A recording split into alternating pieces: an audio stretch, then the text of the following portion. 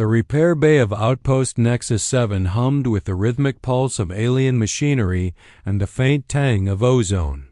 Jack Harmon crouched beneath the engine core of a Taurian freighter, the scent of coolant mixing with the ever-present metallic aroma that seemed to saturate every square inch of this place. His jumpsuit was stained with grease and synthetic oil, his sleeves rolled up to reveal forearms flecked with tiny burns from plasma welds. He didn't mind. This was where he belonged, elbow deep in a machine with a problem and a toolkit that could solve it.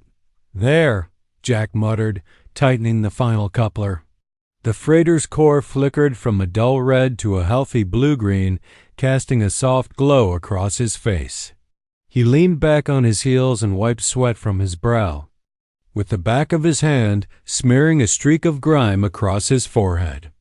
6 months ago, he'd been working in a cleanroom on Mars, fixing shuttle systems for a mining outfit that cared more about productivity than people.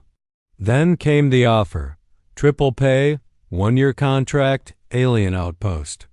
Adventure, they'd promised. They hadn't mentioned he'd be the only human among 17 other species.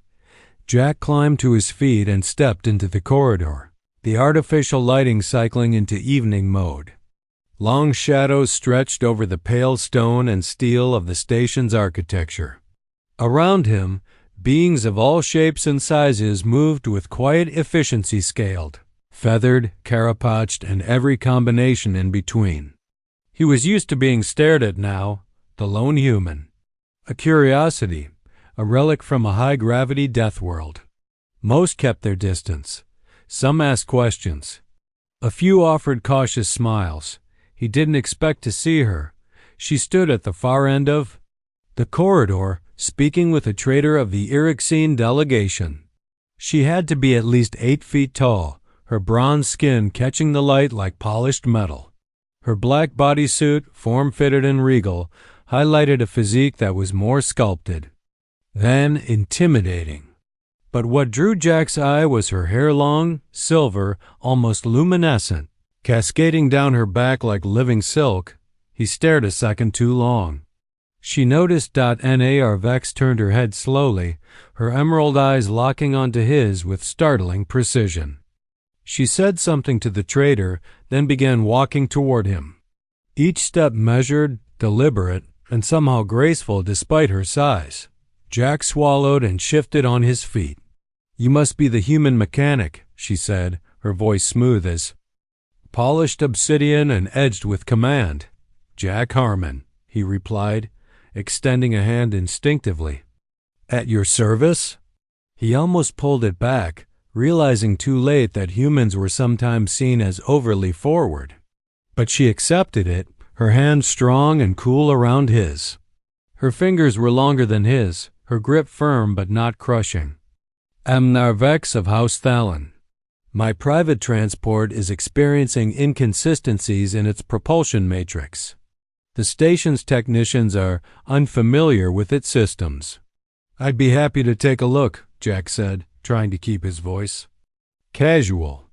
Then, without thinking, "By the way, your hair, it's stunning, like liquid moonlight." Nar blinked. A pause stretched between them like a tightrope. Her eyes narrowed slightly, not in anger, but focus. Then she inclined her head. Slowly. "Your observation is ... noted." She reached into her belt and produced a small metallic disc, pressing it into his hand. "The coordinates. First light." She turned and walked away, silver hair shimmering with each step, leaving Jack standing there with the disc in hand and a sinking feeling in his gut that he'd just broken some kind of sacred rule. That night, he thought about her while calibrating a Centron relay. The memory of her eyes lingered, that elegance, that presence. Maybe it had just been a weird interaction. Maybe noted was how Thallon nobles politely brushed someone off. He didn't expect her to show up at his quarters. The door chimed at exactly 2200. Jack, still half covered in grease and wearing a faded tank top, opened the panel and froze. Narvex stood in his doorway, still dressed in her black suit, still gleaming like a warrior statue come to life. "You have invoked the call," she said without preamble. "I'm sorry, the what?" "You complimented my essence. It is a recognition of compatibility. Among my people, it initiates the bonding ritual." Jack blinked. "I was just saying you had nice hair. And now we are bound." Her expression was unreadable. "You have chosen, and I have accepted." Jack felt the floor tilt beneath him. "I didn't mean to propose. Intent is irrelevant. You saw me. You spoke the truth. The call has awakened. And now, human, it must be honored." The next morning began like any other, with Jack rubbing sleep from his eyes and preparing for another long day in the guts of alien machinery. He wasn't expecting royalty. The moment he opened his door, Narvek swept past him into his quarters. Without invitation, her presence commanding the room like a thunderstorm rolling into a quiet valley. She didn't look angry, but she didn't look particularly patient, either. "You were not at the docking bay," she said. Jack blinked, still in his sleep shirt. "It's 6 a.m. I hadn't even had coffee yet." "Fallon blood acknowledges." "No such excuse," Nar replied coolly. "You invoked the call. You must now begin preparation for the ritual challenge." "I thought we established last night that I accidentally invoked something," Jack said, dragging a hand through his hair. "I didn't mean to trigger any rituals. It was just a compliment." Her eyes narrowed. "You still do not understand. Among my people, what you call politeness is sacred. To acknowledge someone's essence is to see their future woven with yours. And now, your name is being spoken in the council halls. Your genetic file is being reviewed. And Commander Krell has issued a formal challenge for my claim." Jack's stomach dropped. "A challenge? Like ... a duel?" "Yes, ritual combat." She said it as if she were announcing tomorrow's lunch menu. "This is insane," Jack muttered, pacing. "I'm a mechanic, Nar. I fix engines. I replace flux coils. I do not engage in gladiator matches to win alien princesses." "You speak as if you are not worthy," she said, stepping closer. "But your physiology tells another story." Jack paused. "What physiology?" "The Fallon Council reviewed the human archive. Your species evolved on a death world. Your muscular and cardiovascular systems are biologically efficient, your bones dense. You recover from injury faster than almost any known species. Our warriors respect strength, but also adaptability. And you, Jack Harmon, represent an evolutionary anomaly. So now I'm a curiosity and a political pawn," he said, sighing. "Great. Commander Krell seeks to bind me to one of his chosen males to solidify his influence," she continued. "But now, thanks to you, that plan is in jeopardy. If you do not accept the challenge, he wins by default, and I will be forced to comply with the Council's selection process." Jack exhaled slowly. "You're saying, if I don't fight, you lose everything?" A long silence. "Yes." Jack leaned against the wall. He looked at her, really looked at her. This wasn't just a noble from an alien house playing games. There was a quiet desperation beneath her composure. He saw it in the way her shoulders didn't fully relax, in how she avoided meeting his eyes for just a second too long. "How long do I have?" he asked. 7 cycles. "Roughly 7 Earth days," she said. "Then I guess I better start training." Nar turned to leave, then paused in the doorway. "You are not what I expected, human Jack." "Neither were you," he said quietly.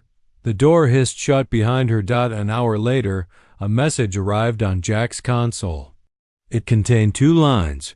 "Training begins at mid-cycle. Location, sublevel 12. Come prepared." And then another message, unsigned, encrypted. "Watch the oxygen scrubbers. Krell plays dirty. Not all tests are fair." Jack stared at the screen, a pit growing in his stomach. He hadn't just insulted alien nobility. He'd stepped into the middle of a cold war between houses, where genetic survival and power were intertwined, and now everyone was watching to see what the lone human would do. The training chamber beneath Nexus 7 didn't feel like it belonged on the same station. It was older, much older. The walls were etched with ancient Thalian script that pulsed faintly in time with the facility's core. Alien glyphs whispered across the stone like forgotten prayers. Sublevel 12 wasn't listed on any of Jack's maintenance schematics. That, he realized, was intentional. NAR Vex stood waiting at the center of the chamber, a tall, silent sentinel in armor that shimmered between black and violet. She turned at his approach and tossed him a small sphere. Jack fumbled to catch it. "What is this?" he asked. "It records your neural response time and stress markers," she said. "You'll wear it while we spar." Jack stared at the device. "We're sparring? You do realize I bruised like a peach?" "You'll harden," she replied, stepping toward him. "Or you'll die in the arena." The words weren't cruel. They were simple, factual. A mirror of what this galaxy demanded. Jack strapped on the neural recorder and followed her to a marked section of the floor. The environment shifted instantly, heat rising, air pressure fluctuating. The floor shimmered beneath his feet, a hard light. Combat platform simulating the harsh gravity and atmosphere of Fallon's homeworld. Environmental training, Nar said. Your human frame must learn how to function under stress. She circled him slowly, her presence predatory, controlled. Try to land a hit. Jack hesitated. On you? Nar didn't answer. She moved fast. He barely saw the blow before it landed. Not hard, just enough to send him stumbling back. His breath caught in his throat. The air was thinner than normal. Already his chest burned. You're slow, she said. Too careful. I'm alive, he wheezed, for now. She came at him again, and Jack ducked. This time he managed to roll out of the way, landing hard on his shoulder. He came up swinging, but missed. Again. He attacked and missed again, and again. Hours passed.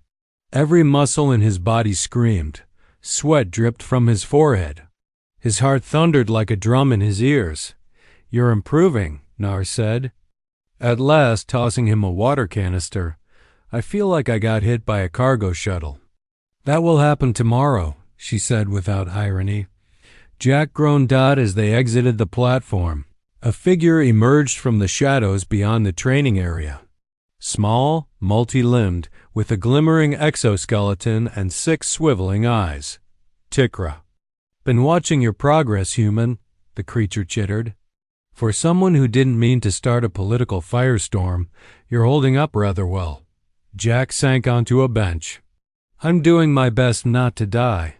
Admirable. But insufficient, Tikra replied, pulling out a data node. You've become the focus of every surveillance system on this station. Krell is preparing for the challenge, and not fairly. He's already adjusted the atmospheric conditions of the arena. You won't just be fighting his champion, you'll be suffocating. Jack stared at the alien.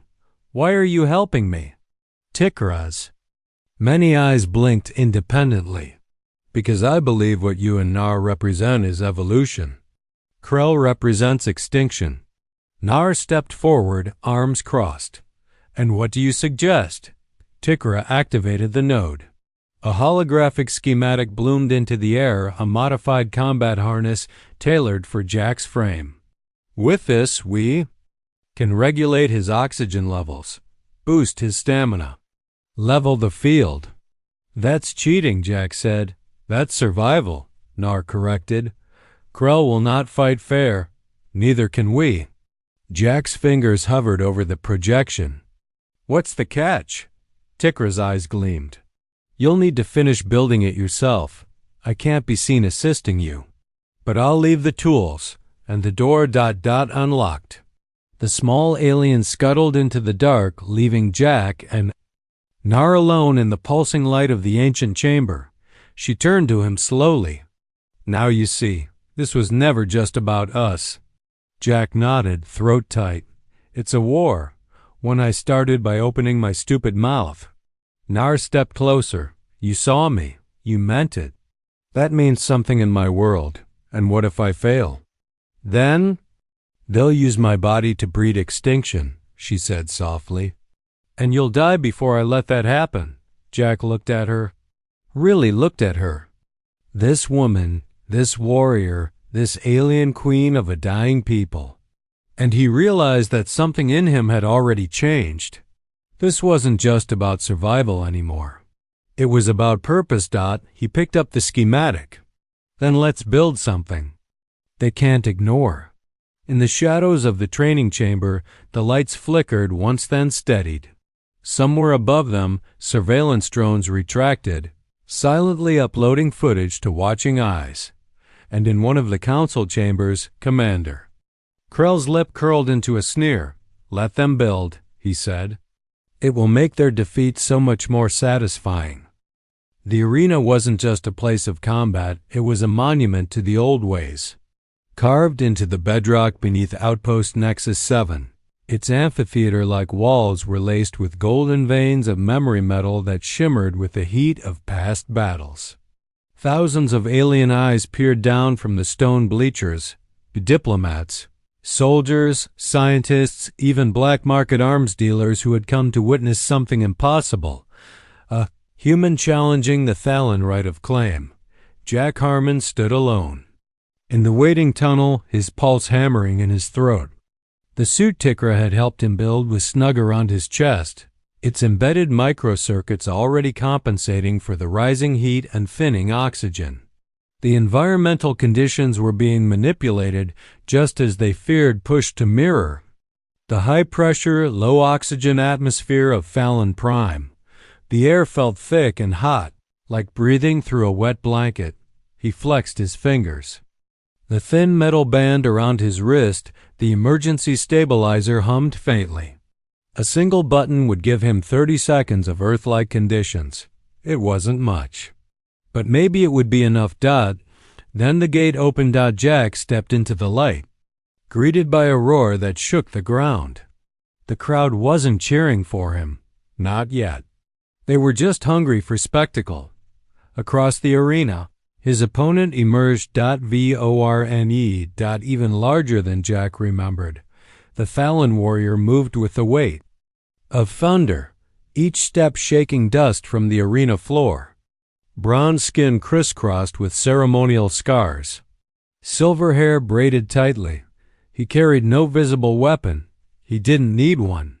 His body was the weapon. Council Elder Perrin rose from the judge's dais, his voice amplified through the arenas. "Ancient acoustics. This is the challenge of claim," he announced. Commander Krell contests the bond initiated between Narvex of House Thalan and the human, Jack Harmon. As is tradition, the claim shall be tested in ritual combat. Victory is determined by submission or incapacitation. Lethal force is forbidden. Krell sat beside the elder, smug and silent. Narvex stood behind him, her arms crossed, her face unreadable. But her emerald eyes were locked on Jack. With quiet intensity. PRRN raised a ceremonial staff and brought it down with a heavy thud. "Begin." Vorn didn't hesitate. He surged forward like a charging beast. Jack dodged right, barely avoiding a crushing elbow meant to knock him senseless. The air ripped past him, hot and dry. He rolled and came up behind the Thalan warrior. Landing a quick jab to the ribs. It felt like punching a stone wall. Vorn didn't flinch. He pivoted and slammed his arm backward, catching Jack in the shoulder and sending him sprawling. Jack coughed, tasting blood. "Get up," he thought. He scrambled to his feet. Vorn charged again, this time faster, more precise. Jack ducked, slid between. His legs came up behind him and kicked the back of Vorn's knee. The Thalan buckled. "Just slightly." Jack grinned. "You're not invincible." Vorn turned, and for a moment there was something new in his eyes. Not rage, not pride, something quieter, something curious. You fight with thought, the warrior murmured, and you pull. Your punches, Jack replied under his breath. Vorn didn't respond. He launched another attack, one that looked savage but missed by inches. Jack realized in that moment, Vorn was testing him, not killing him. The battle raged for several minutes. Jack moved with agility, using his smaller frame and faster reflexes to stay just out of reach. Vorn swung hard, but rarely landed a clean hit. The arena lights shimmered in the heat, making the world blur at the edges. Then Krell leaned forward. End it, he hissed, and something in Vorn's demeanor changed. He rushed Jack with a real attack, this time a brutal overhead strike meant to knock him unconscious. Jack activated the emergency stabilizer. Cool air filled his lungs. Clarity snapped into place. He ducked the blow, pivoted, and slammed the small device onto Vorn's chest plate. It blinked blue, then projected a holographic feed into the center of the arena. The crowd gasped. Files.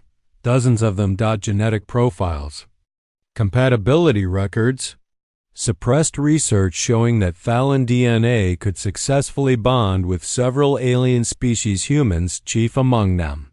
And all the files bore Krell's authorization tags. He had hidden them. Elder Perrin stood. Explain. This, he demanded. Krell bolted to his feet, shouting, Lies! Fabrications! This is a trick! Jack staggered back as Vorn caught him before he could fall. The giant warrior held him upright, then turned to the crowd. I have served House Krell with loyalty, Vorn said, his voice booming. But loyalty built on lies is not strength. This human fights not only with courage but with truth. Narvek stepped forward. The human's actions prove what the data confirmed. We are not alone in the stars. We are not limited by tradition. We can survive together. The arena exploded with sound shock, confusion, and something else. Hope. Jack collapsed to his knees, gasping for air as the stabilizer shut down. Vorn knelt beside him. You are not a warrior by training, the Thalan said. But you are. What we need. Counselor Perrin raised his staff once more. This challenge is concluded. The human has proven himself by trial and truth. The claim stands.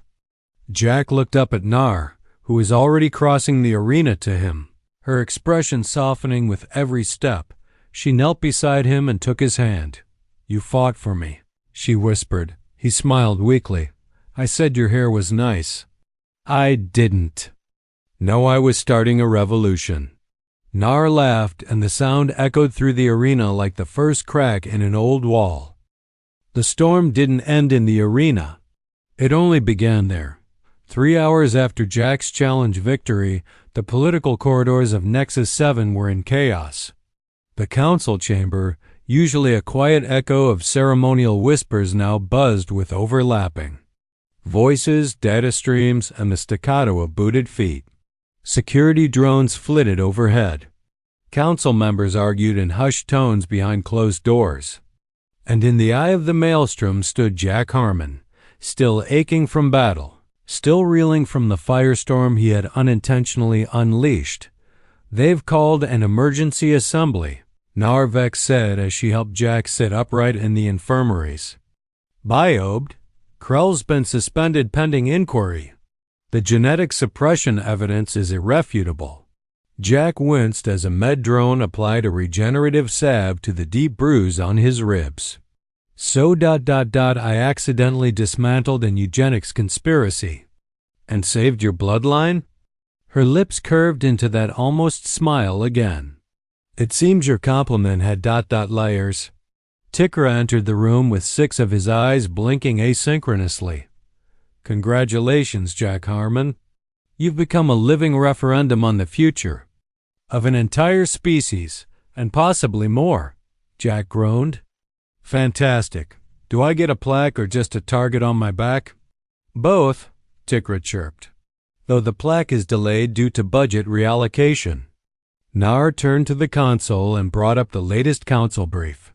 The council is split. Some see this as the future interbreeding, compatibility, genetic diversification. Others call it dangerous. They believe the Fallon essence is sacred and must remain isolated. And me? Jack asked.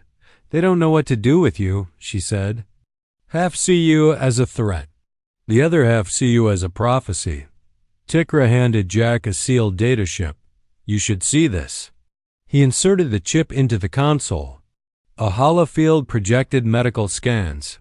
His and Nar's, overlaying genetics. Compatibility markers. Jack squinted. Is this? Viable embryo probability. 92.7%, Tikra said. The first successful interspecies gestation. You and Nar, it's not just possible, it's already begun. Jack stared at the display, his breath catching. You mean, yes, Nar said softly, placing his hand over her abdomen. I suspected. The call was too strong. The connection, undeniable. A silence fell over the room. Tikra cleared his throat with a polite electronic chirp. The council will either embrace this as salvation or purge it as heresy. There is no middle ground now. That night, while the outpost spun under artificial starlight, Jack stood with Nar on the observation deck, watching the flicker of approaching diplomatic ships. Some bore Earth's insignia. Others were from neighboring species. All summoned by what had occurred in the arena. I came here to fix ships, Jack murmured. And instead, you awakened a future no one dared imagine, Nar replied. He turned to her. What if this backfires? What if they vote against us? Then we fight again, she said. Not with weapons, with truth, with unity. The next morning the council convened.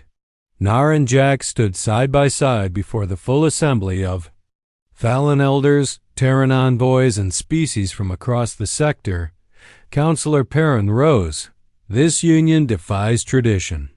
It challenges the most sacred tenets of Fallon blood. But it also offers something we believed lost continuance, not through control, but through adaptation. Krell, now restrained by honor guards, growled from the shadows. This path will delude us. We will become nothing. No, Nar said, her voice ringing across the chamber. We will become more. Then she revealed the scans. The embryo.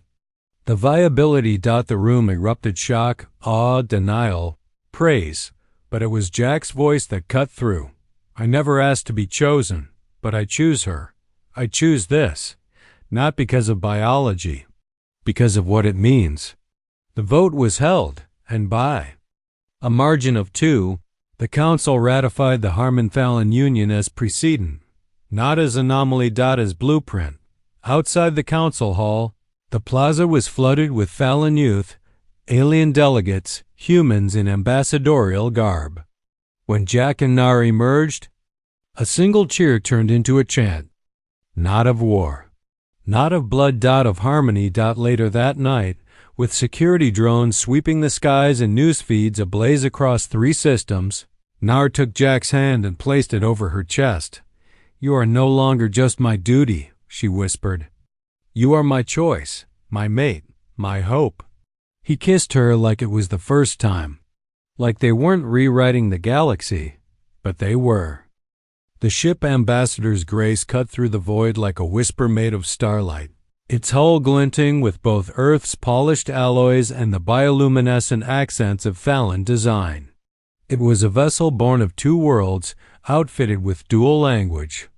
Signage, gravity stabilizers tuned for human and Fallon tolerance, and a diplomatic suite prepared to receive Earth's most powerful officials. But inside the private quarters near the prow, the world was much quieter. Jack Harmon stood at the viewport, Earth growing larger by the second, its swirls of blue and white more vivid than he remembered. Narvek stood beside him, her bronze hand resting lightly over her abdomen where new life stirred. Life that had become the center of a diplomatic revolution. This was once just a speck in my star maps, Nar said softly, her emerald eyes fixed on the planet.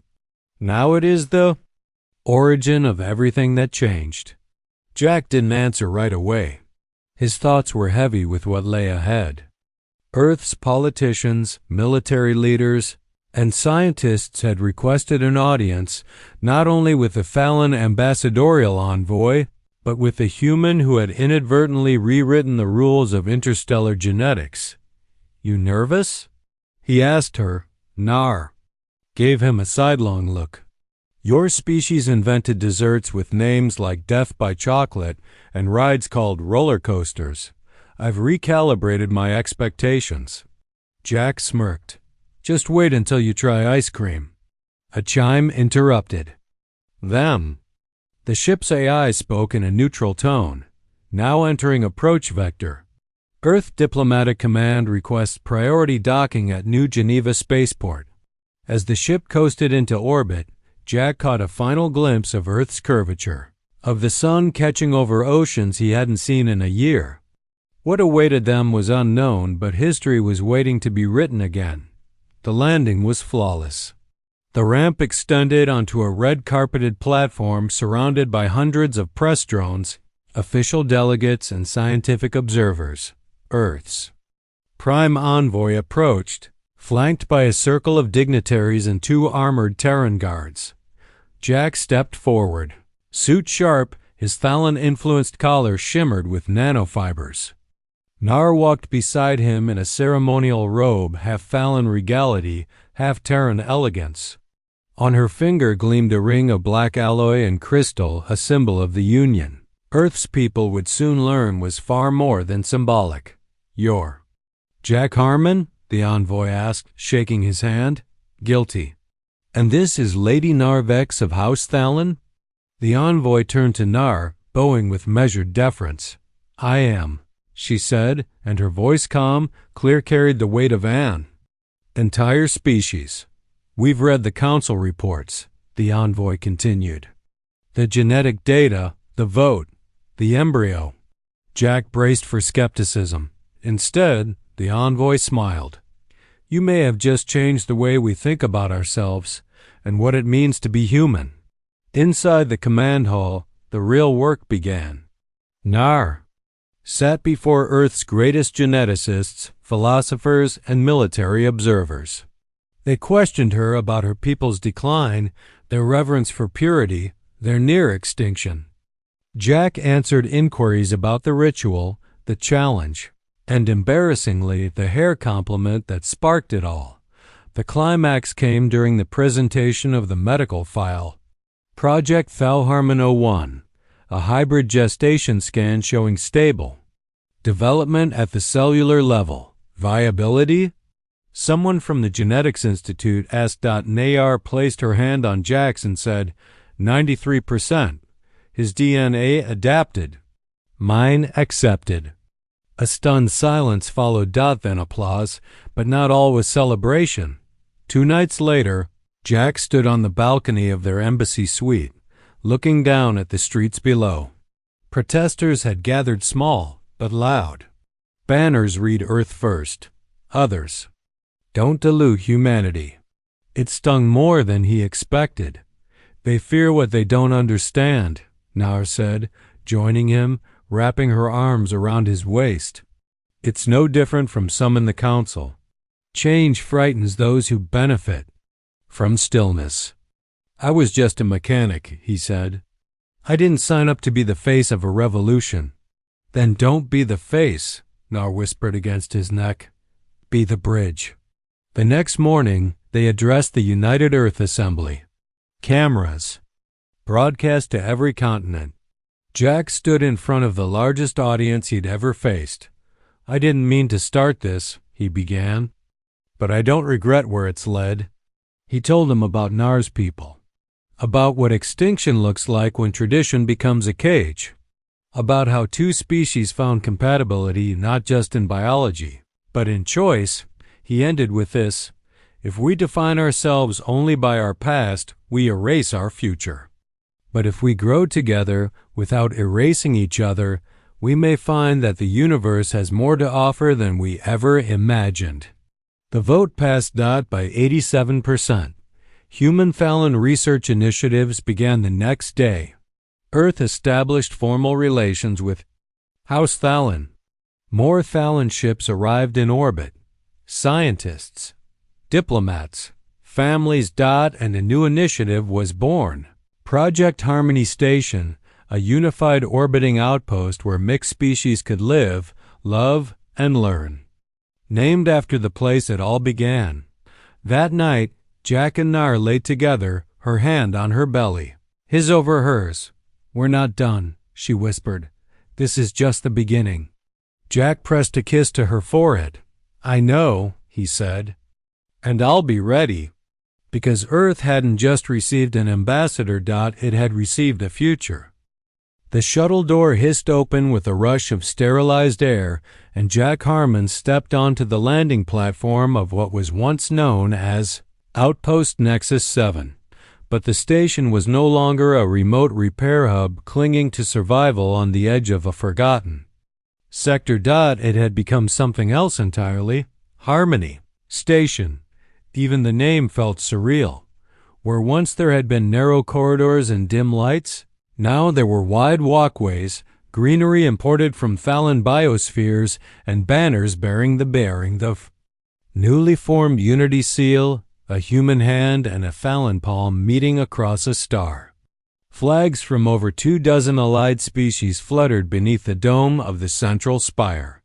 Jack stood for a moment, stunned by how much had changed in just 1 year. He adjusted the small carrier in his hands. Inside, cradled in soft synthweave, was the reason for all of this. His son, Fallon Harmon, named after the legacy he carried. A bridge between two species. The first of his kind. Jack turned as Narvek stepped down beside him, clad in her flowing ceremonial robe, sleek Fallon black, with soft blue trim and a woven pattern that mirrored Earth's constellations. Her silver hair shimmered under the station's natural spectrum lights. But what drew every eye was not her title, nor her poise, but the soft, protective smile she gave when she looked at the bundle in Jack's arms. They were no longer just ambassadors. They were symbols. And this child living, breathing proof was the key to the galaxy's future.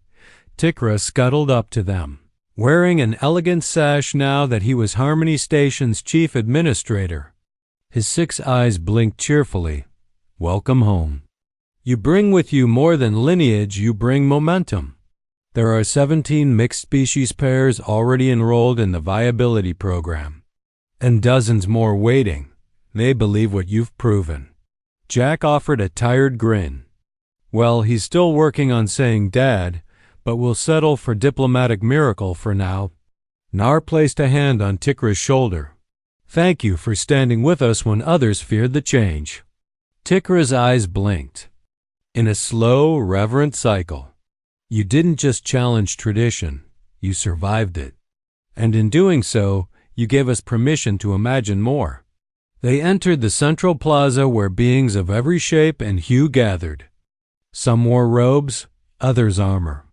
Children from multiple species played together under the artificial sun. Jack spotted Vorn, his former opponent and now one of the leading Fallon voices for reform, standing tall beside a human scientist, laughing. As they traded stories, as the crowd noticed the returning family, applause spread like a ripple across still water. It wasn't just polite. It wasn't just ceremonial. It was gratitude. Jack and Nar took the stage at the plaza's heart. The crowd fell silent. Jack looked out at them, holding his son close. "I came here as a mechanic," he said. "I didn't expect to fall in love, or to fight a warrior twice my size, or to be dragged into the politics of an empire on the brink of extinction. And I certainly didn't expect that a compliment about someone's hair would set off a chain reaction across half the galaxy." Laughter rippled through the crowd, warm and knowing. But it did, because words matter. Because choices matter. Because sometimes the universe places you in the right place at the wrong time and dares you to make it right anyway. He looked at Nar, then at their son. I wasn't born to be a bridge. But I've learned bridges don't build themselves. Nar stepped forward. Let it be known, our people have chosen evolution over extinction. Not erasure, but expansion.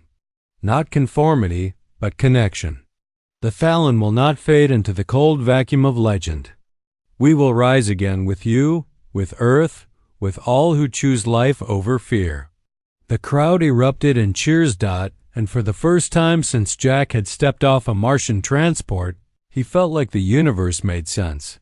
That night, as starlight filtered through their quarters viewport, Jack and Nar watched Thallin drift to sleep, his tiny hand curled around Nar's finger.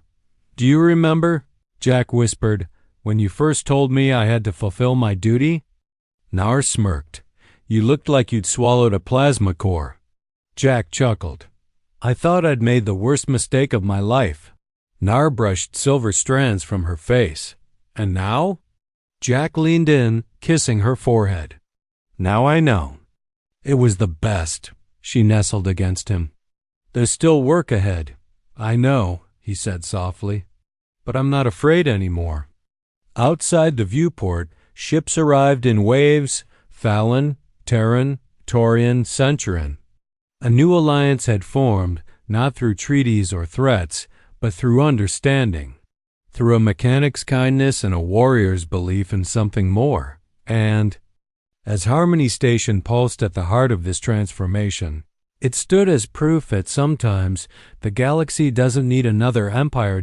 It needs a complement, a choice, and someone brave enough to honor it.